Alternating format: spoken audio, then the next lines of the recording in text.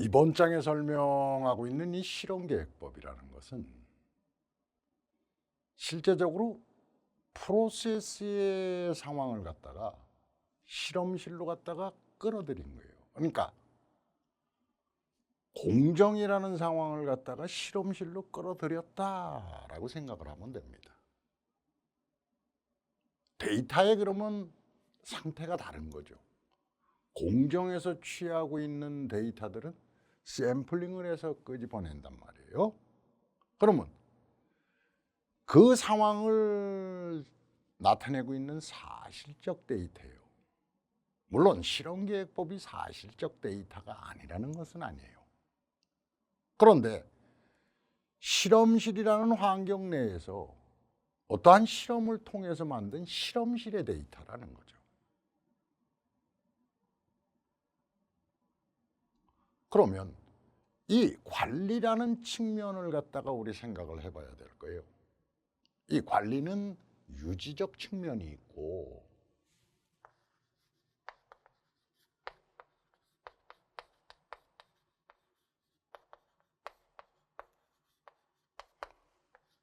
개선적 측면이 있습니다.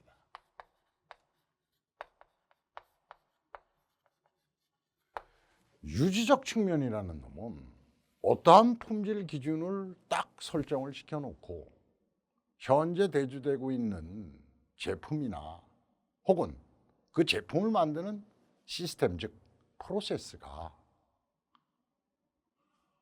목표만큼 이루어지고 있는가라는 얘기예요. 그러면 어떠한 설정된 기준값과 비교를 해서 그거에 부합이 되면은 괜찮은 것이고 부합이 되지 않는다면 뭔가 문제점이 있는 거니까 문제점을 갖다가 파악을 해서 문제점을 제거하면은 현상이 유지가 되는 거겠죠. 이렇게 관리는 실제적으로 컨트롤이라는 개념은 유지적 측면을 가지고 있어요. 근데 관리라고 꼭 유지적 측면만 있는 것은 아니다라는 거죠. 그럼 우리가 여태까지 배워온 검정과 추정, 관리도 샘플링이라는 놈은 실제적으로 기준값과 부합이 되고 있느냐, 이거를 갖다가 끊임없이 어떻게 체크를 해보는 유지적 측면의 통계적 기법이라고 할 수 있어요. 이 실험계획법은 유지적 측면보다도 실은 어떻게 개선적 측면이 강합니다. 자, 어떠한 제품 특성, 중요 제품 특성에 영향을 주고 있는 수많은 원인들이 존재하고 있어요. 그렇겠죠? 그거를 갖다가 실제적으로 어떻게 제어를 하게 되거든요. 그러면 모든 요인을 다 제어를 할 수는 없을 것이고 품질 특성에 영향을 주고 있는 중요한 요인들을 갖다가 몇 가지 분류를 해서 제어를 하게 된다라는 거죠. 그러면 그림으로 그리면 이렇게 되겠네요.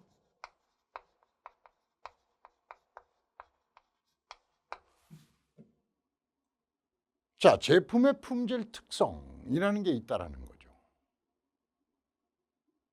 그러면 이 상태를 갖다가 양호하게 하기 위해서 이 품질 특성에 영향을 주고 있는 원인들이 있다라는 거죠. A라는 원인, B라는 원인, C라는 원인, D라는 원인, F라는 원인. 그러다 보면 어디까지 간다? G까지 가는 겁니다. 그러면 현실적으로 갖다가 이 품질 특성을 갖다가 어느 상태를 유지하기 위해서 A라는 요인, B라는 요인, C라는 요인, D라는 요인, 공정의 품질 특성에 영향을 주고 있는 이 요인들에 대해서 제어를 하게 됩니다. A는 상태가 어떻다. 만약에 이놈이 온도다. 그러면 온도는 어떠한 합성 온도가 얼마다. 뭐 이렇게 되는 거 아니겠어요? 200도에서 이루어지고 있다. B라는 놈은 뭐 습도는 뭐 어떻게 된다. 그 얘기죠. 습도는 15%에서 이루어지고 있다. 자, 이게 현재까지의 최적 조건이라고 생각하는 거예요. 그다음에 얘는 뭐 총매량이라는 놈은 얼마를 쓰고 있다. 1kg의 제품을 탄생을 시키는데 총매량은 어떻게 20g을 쓰고 있다. 이렇게 얘기가 되는 겁니다. 이 품질 특성이 하나의 강도라고 한번 생각을 한번 해봅시다. 제품의 강도. 이 강도라는 놈은 세 가지의 특성으로 갖다가 얘기가 되겠죠. 제품의 상태에 따라서 높을수록 좋은 것도 있고 실제적으로 어떻게 낮을수록 좋은 것도 있고 어느 규격 한도 내에 어떻게 들어가 있어야 최적인 상태인 것도 있다라는 거죠. 너무 딱딱하거나 너무 어떻게 물르면 안 되는 것도 있겠죠. 그러면 특성은 항상 어떻게 뭘로 나뉘어지게 돼 있다? 망대 특성, 망소 특성, 망목 특성이 있다라는 얘기가 돼요.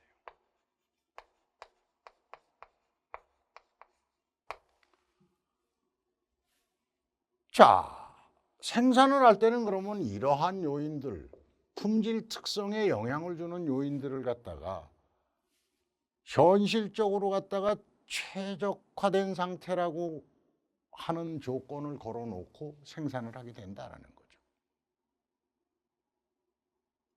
그런데 이 제품을 생산하다 보니까 맨 처음에는 온도 200도라는 놈이 최고인 줄은 알았는데 최적의 상태인 줄 알았는데 200도보다 이 공정의 상태를 갖다가 고려를 할 때 210도에서 형성을 시키는 것이 좀 더 바람직한 품질 특성이 나타날 것 같다라는 생각이 들어요. 여기에 대해서는 어떻게? 뭐 전문가니까요.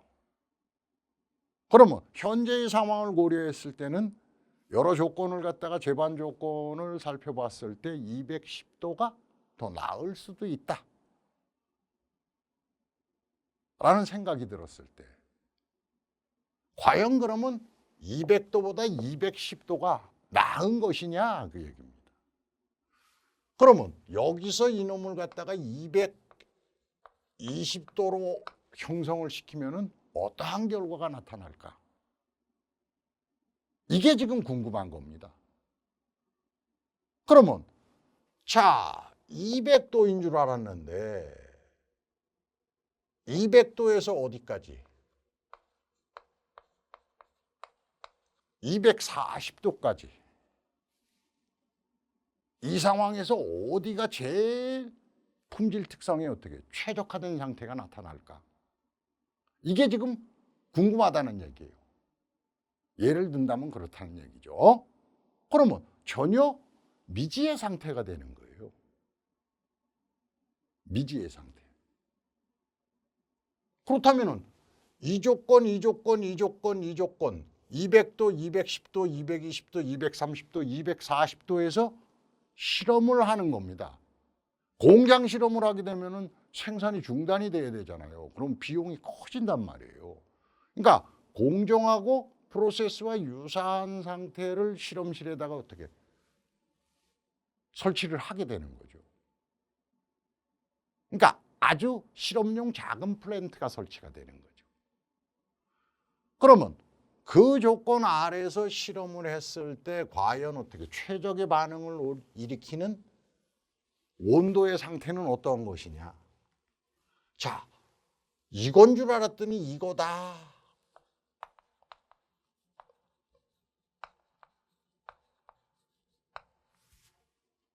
이러한 결론을 얻는 거예요. 그렇다면은 현재 품질보다는 어떻게 좀 더 나은 품질을 갖다가 추구하려는 목적을 가지고 있는 게 바로 실험계획법이라는 거죠.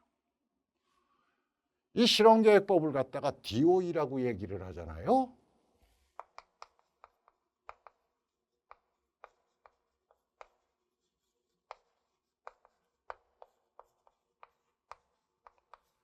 디자인 오브 익스페리먼트라는 얘기예요. 디자인 오브 익스페리먼트.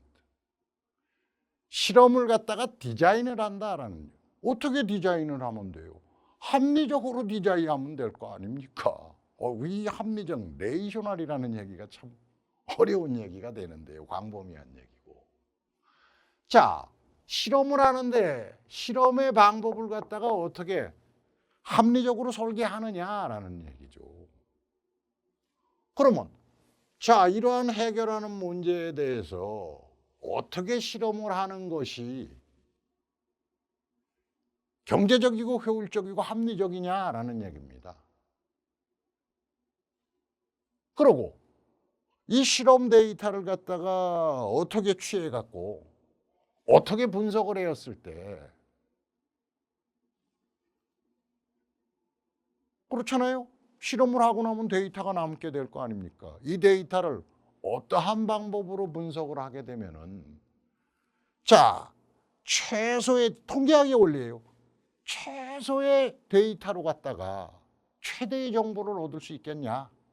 그렇게 하기 위해서 효율적인 실험 설계는 어떻게 해야 되는가? 이놈을 갖다가 어떻게 계획을 하는 것이 바로 실험계획법이라는 사실입니다. 그러면 실험은 어떻게 하면 돼요? 잘 하면 돼요. 잘. 생뚱맞은 얘기네요. 잘 하면 된다. 자, 이렇게 설계를 하면 될 겁니다.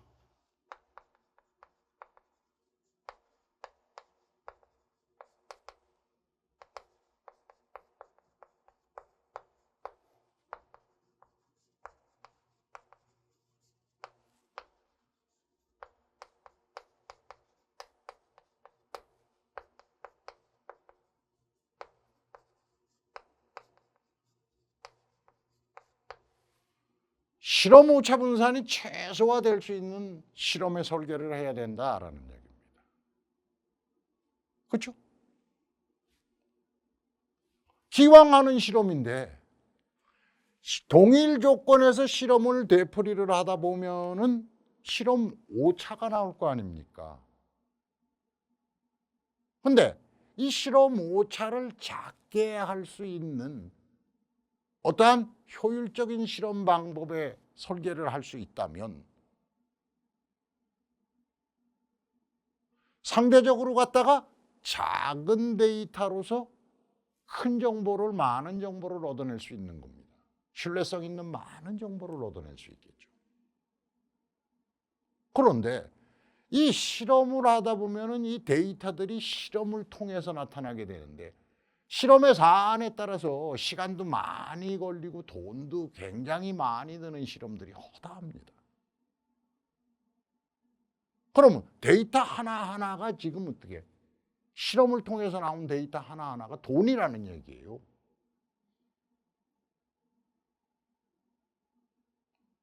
그렇다면 당연히 관리라는 측면에서 어떻게 비용의 최소화 상태를 이루어야 되는 거 아닌가요? 그러면 실험 횟수를 줄일 수 있는 실험 설계를 할 수 있다면 그것이 어떻게 굉장히 합리적이고 바람직한 실험 설계가 되겠죠. 하지만 여기서는 분명히 그런 건 있습니다. 샘플 크기가 작다. 작은 것도 어느 정도까지예요?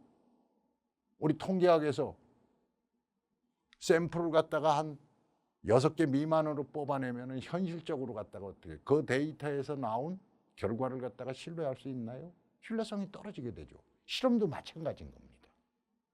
너무 작은 실험을 추구하다 보면 상대적으로 실험 오차가 커지게 돼요. 그렇다면 신뢰성이 떨어져 버린다는 얘기가 돼요. 결과의 신뢰성이 떨어지게 되는 거죠. 데이터 해석의 신뢰성이 떨어지게 되는 거예요. 그러면 그러한 신뢰도가 떨어지는 정보를 갖다가 바로 사용을 할 수 있을까요? 현실에 적응을 해서 액션을 취할 수 있을까요? 그렇지 않거든요. 못하거든요. 그러니까 신뢰성 확보를 하기 위해서 상황을 갖다가 정확하게 설정해 놓고 실험을 갖다가 어떻게 정확하게 해야겠지만 실험 횟수라는 것도 굉장히 큰 영향을 주고 있다는 사실이에요. 어느 정도 이상 신뢰성 확보를 할 수 있는 이상 어느 정도의 실험 크기는 가지고 있어야겠죠.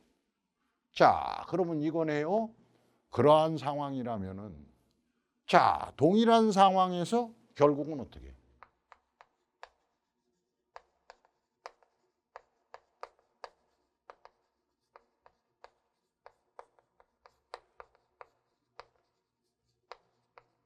실험 오차를 최소화시킬 수 있는,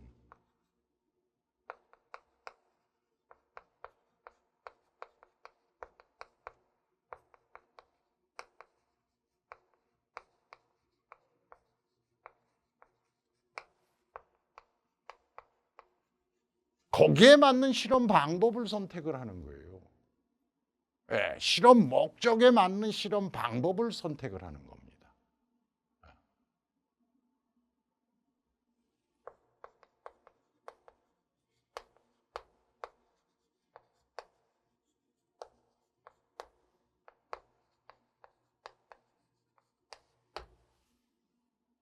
이렇게 되는 거죠. 실험 방법을 선택해서. 그죠? 자, 방법의 선택과 횟수의 결정이다라는 얘기예요.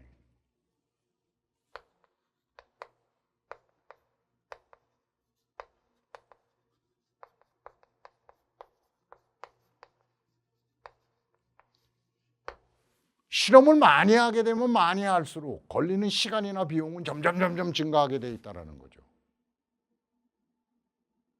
뭐 굉장히 오랜 시간 많이 하면 어떻게? 그만큼 합리적이고 신뢰성 있는 정보를 추출해낼 수는 있겠지만은 모든 의사결정이라는 거는 결국은 시간 싸움이거든요. 그렇다면 자, 여기서 실험 횟수를 어떻게 가져갈 거냐라는 얘기입니다. 그렇다면 이거는 실험 목적을 갖다가 정확하게 설정을 해야겠네요. 이거는 뭐를 위한 실험이다. 이렇게 돼야 되는 겁니다. 자, 현재의 온도가 200도지만 240도 범위 내에서 현 상황에서 좀 더 나은 온도의 상태가 나타날 수도 있다. 제품 특성을 높일 수 있는, 품질 특성을 높이는. 그 온도는 과연 없는 것인가? 그러면 현재 200도가 어떻게 가장 최적의 상태인가? 품질 특성을 높이는 온도라는 요인의 최적 상태냐? 그거보다 좀 더 나은 온도는 없는 것이냐? 우리 현 공정의 상황에 맞추어 볼 때. 그러면 실험의 목적은 200도에서 240도까지 그 조건들 중에 온도라는 그 상황 중에 어느 것이 과연 어떻게 품질 특성을 갖다가 가장 좋게 할 수 있는 최적의 조건이냐. 이거를 골라내는 실험의 목적이다. 이렇게 되는 거죠. 그러면 자, 여러 가지의 요인들은 있지만 특히 해석을 하려고 실험에 채택한 요인이라는 이 팩터, 인자라는 놈, 온도라는 인자와 결국은 어떻게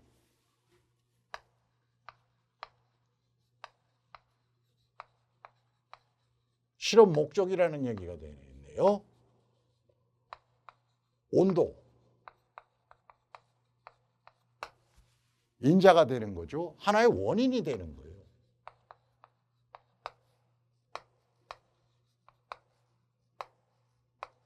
제품의 강도, 품질 특성입니다.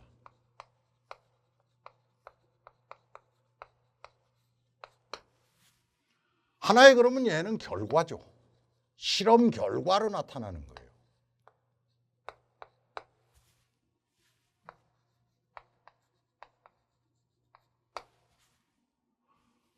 온도와 강도와의 관계. 온도 200도에서 240도까지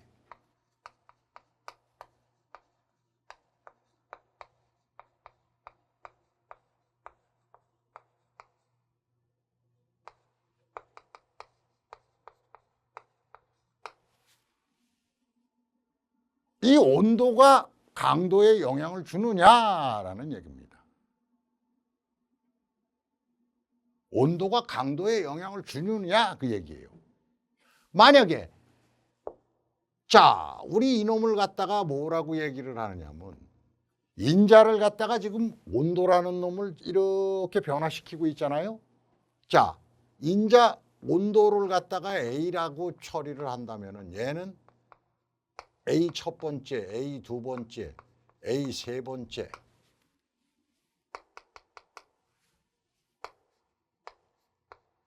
자, 여기 230도 있겠네요.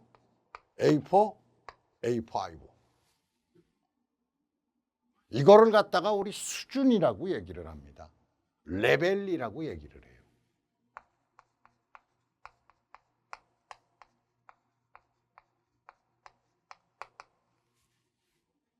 A1, A2, A3, A4에서 온도가 변화가 될 때 과연 특성값들도 변해가는 것이냐 이거를 확인해야겠죠 먼저. 그렇죠? 뭐 200도나 240도나 품질 특성의 강도라는 품질 특성에는 뭐 별 영향을 못 미친다. 그러면은 이거는 어떻게 해석의 대상이 되지 않는 거예요. 실험의 목적이 애시당초 잘못된 거죠.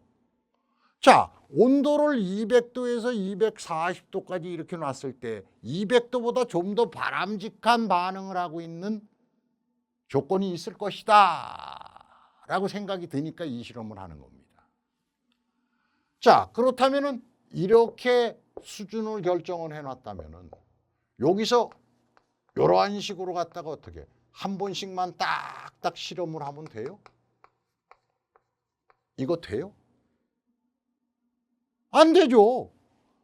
A1에서 실험 결과가 X1이 나왔지만 이 결과가 신뢰할 수 있느냐라는 얘기예요. 우리 시료 하나 뽑은 거나 마찬가지예요. 어떻게 신뢰를 합니까? 그러면 A1이라는 200도라는 조건에서 X들을 갖다가 이렇게 여러 번 되풀이를 해야 될 거예요.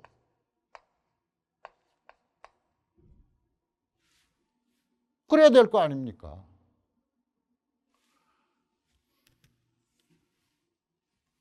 그러면 여기서 재미나네. 이게 첫 번째, 두 번째, 세 번째, 네 번째, 다섯 번째, 그죠? 200도에서 실험을 몇 번을 되풀이를 한다. 5번을 되풀이를 했다. 이거거든요. 이렇게 했다 그러면 어떻게? 6번이거든요. 요거를 갖다가 우리 어떻게? 동일 조건 하에서의 데이터의 반복, 실험의 되풀이를 반복이라고 합니다. R 그래요. 리플리케이션이라는 얘기입니다. 리플리케이션. 동일 조건 하에서의 실험의 되풀이. 그러면 A1이라는 조건에서 실험을 6번을 했을 때 X1, X1, X1, X1, X1, X1 그러면 이상하잖아요. 예? 여기다가 이렇게 써주면 되죠. 구분이 되죠, 이러면은. 이렇게 써주면 될 거 아닙니까? A1에서 첫 번째 실험 데이터, 두 번째, 세 번째, 네 번째, 다섯 번째, 여섯 번째. 여기도 그럼 마찬가지네요. 210도라는 조건을 걸어놓고 실험을 하는 겁니다. 다른 영향을 주는 요인들은 어떻게? 일정 상태로 고정을 해야겠죠. 얘네들은 일정 상태로 고정을 하는 겁니다.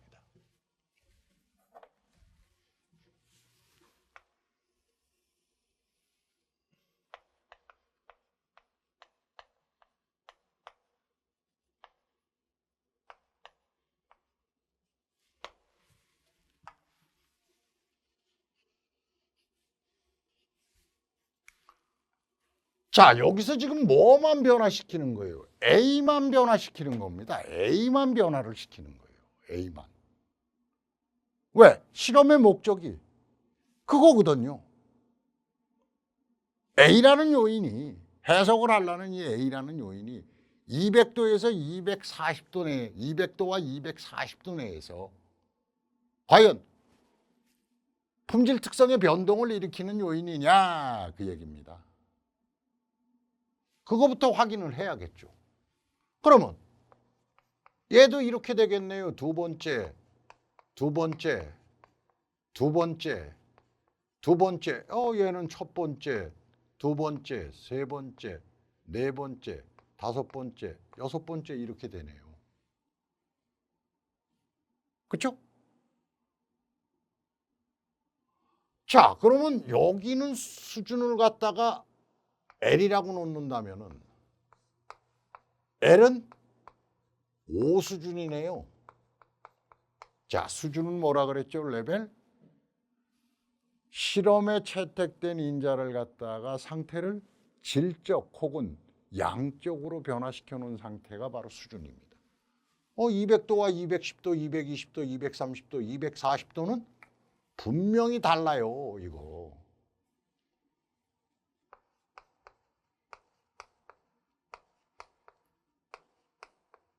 X3라는 놈은 A3라는 220도라는 조건 하에서 나타나고 있는 실험값입니다. 실험 데이터 값이에요. 첫 번째, 두 번째, 세 번째, 네 번째, 다섯 번째, 여섯 번째 이렇게 되는 겁니다. 그러면 얘도 이렇게 되겠죠.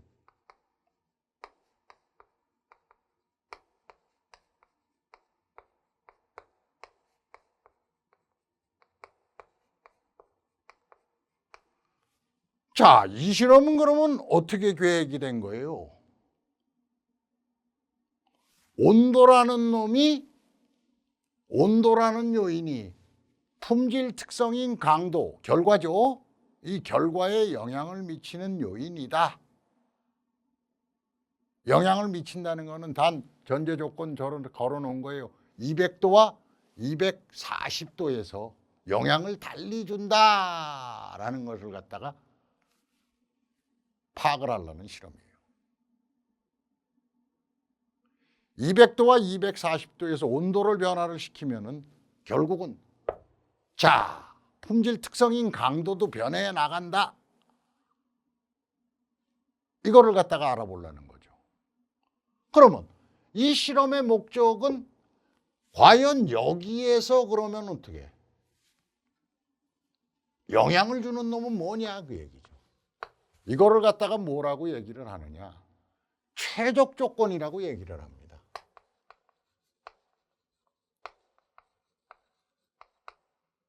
최적 조건. 품질 특성이라는 강도가 최적의 상태를 나타내는 이 최적 조건은 어디에 있는가?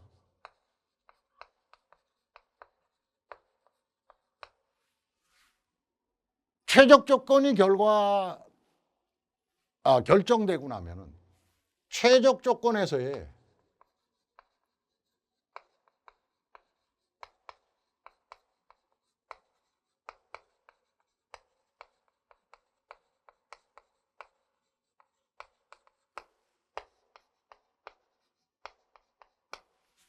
강도라는 놈은 어떻게 형성되는가?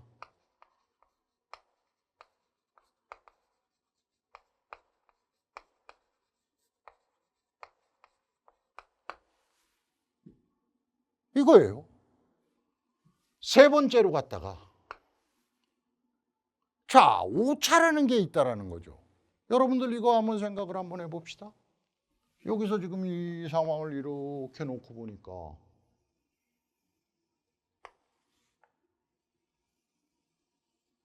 이러한 상황이 나타나요, 지금.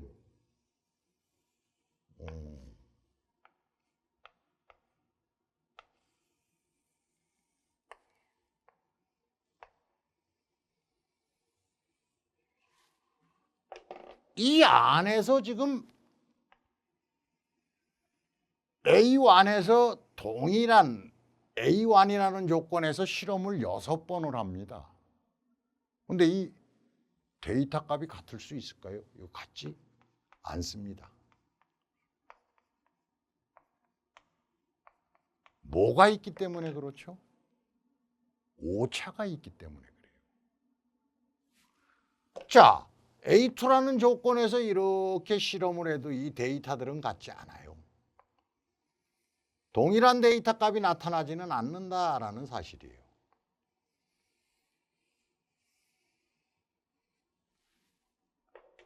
같은 상황이 나타나지는 않습니다. 이거 다 달라요.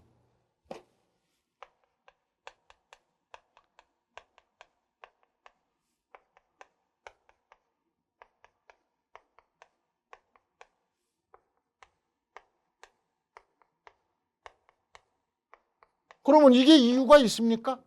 동일한 상황에서 실험을 되풀이를 계속하고 있는데 실험 데이터 값이 다르다. 이유가 뭐예요? 이유가 어디 있어요? 우연적 상태에서 달라지는 걸 어떻게 해요? 이 우연적 차이를 우리 뭐라 그랬어요? 오차라고 얘기를 했잖아요. 오차. 그죠?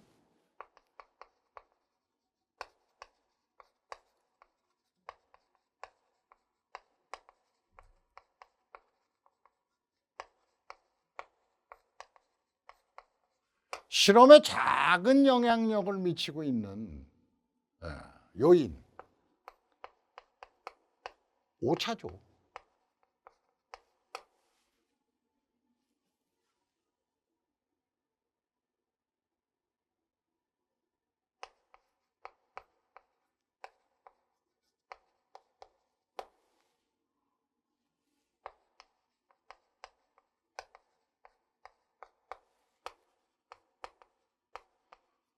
왜냐하면은 이 오차라는 놈이 실제적으로 오차 변동이라는 놈이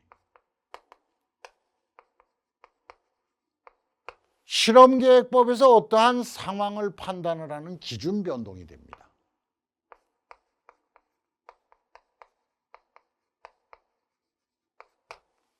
그럼 오차 변동 그랬을 때 어떻게 해? 우리 분산으로 처리를 하면 이렇게 될 거 아닙니까? 자, 시그마 제곱이에요. 에라라는 얘기죠. 그러면 에라라는 놈은 분명히 어떻게 이 x들 간에 나타나는 우연적 차이예요. 이거 모수값이죠, 얘는.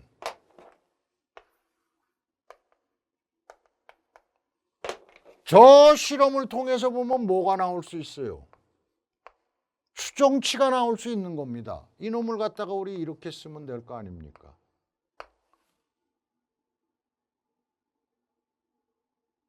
시려 분산은 분명히 모 분산의 추정치가 되는 거니까. 자, 분산이라는 얘기는 제곱합을 갖다가 자유도로 나누면 되는 거 아닌가요? 그렇죠? 그러면 실험에서의 합리적 설계라는 얘기는 실험에서의 합리적 설계라는 거는 이거죠. 얘를 갖다가 최소화시키는 실험 설계라는 얘기입니다. 잘 알아두세요.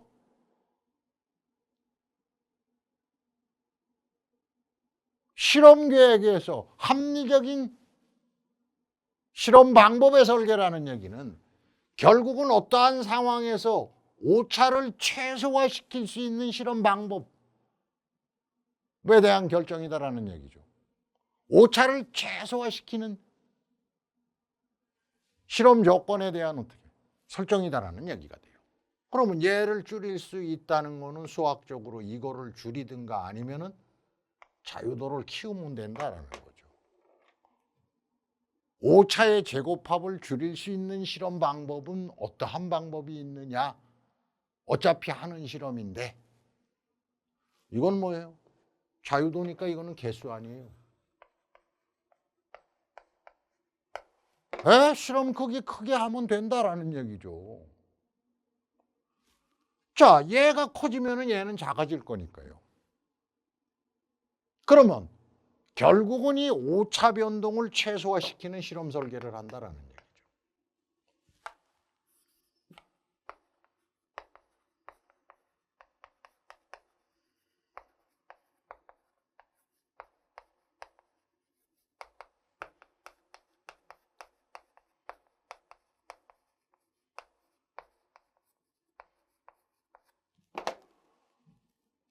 이렇게 되는 거예요.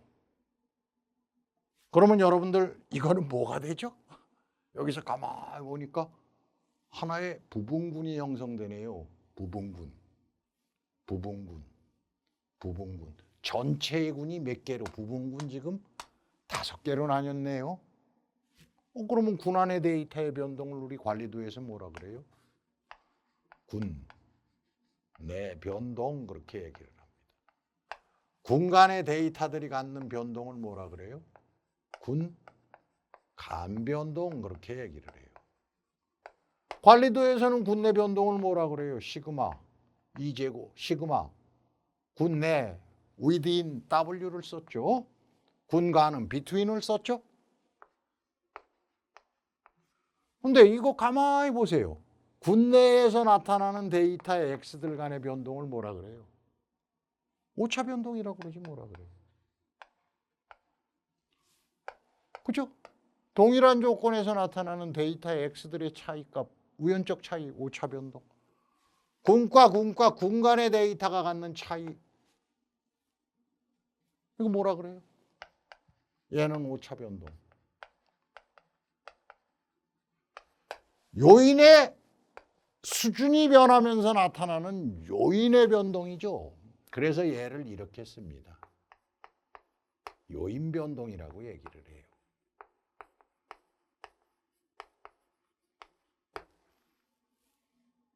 요인 변동.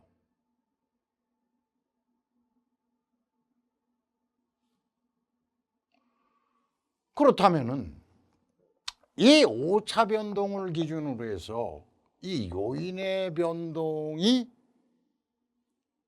크다면, 의미 있을 만큼 요인의 변동이 크다면 분명히 이 수준 간에는 차이가 있다라는 것이 입증이 될 수 있겠죠. 이러한 데이터 분석 방법을 우리는 분산 분석이라고 얘기를 합니다.